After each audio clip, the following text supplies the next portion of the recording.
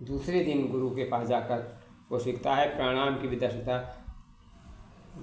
तो प्राणायाम की विद्या को गुरुवर ने उसे सिखाई थी, अपने जन की लेन परीक्षा रे गुरुवर ने विधि बताई थी।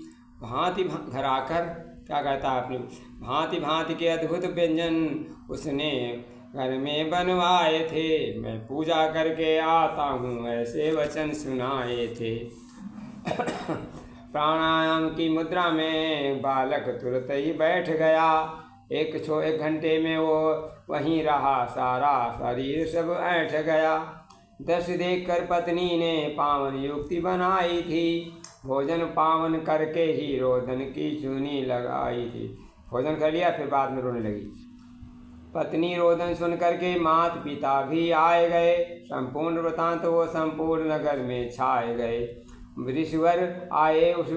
गुरुवर आए उस मजलिस में, सबने झुक झुक प्रणाम किया, आदर से उनको बैठाया, फिर सबने फिर जय राम किया।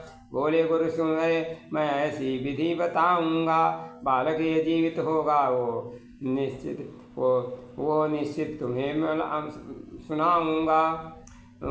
एक कटोरे में दूध में पुड़िया एक डाल, आगे की चर्चा सुनो सज्जन दे कर धान। बालक पत्नी से गुरुवर बोले, ये विषयुक्त दूध को पी लीजिए, प्राण अपने दे करके प्राणनाथ की रक्षा कीजिए। पत्नी बोले, बाबा मेरे ऐसा कैसे हो सकता है, ईश्वर की अनुपम लीला में मरने वाले ही मरता है। मेरे पीहर में कमी नहीं, भाइयों के संग रह लो सकती हूँ, सास ससुर की सेवा कर जीवन भर मैं जी सकती हूँ। गुरुवर बोले, बालक माँ से आप कटोरा पी जाओ, अपने प्राणों को अर्पण कर बालक का जीवन दे जाओ। माता जी उठकर बोली, बाप गुरु को शर्म तो न आती है, मेरी कुटिया मेरी बुढ़िया को उपदेश दे, क्यों आसान तुम्हारी बढ़ जाती है। यदि इतना बालक से प्रेम तुम्हें तो तुम ही इसको पी जाओ, अपने प्राणों को अर्पण कर मेरे बालक को दे जाओ। गुरुवर बोले, तुरंत पिता से तुम ही इसको पी सकते हो, अपने बालक की रक्षा है अपने प्राणों को दे सकते हो।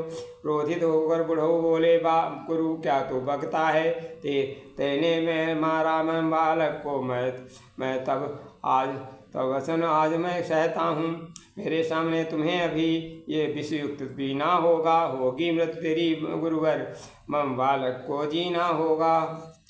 बाबा बोले, सेठ जी मत हो नाराज, देखो अब क्या हो रहा, अद्भुत है आज।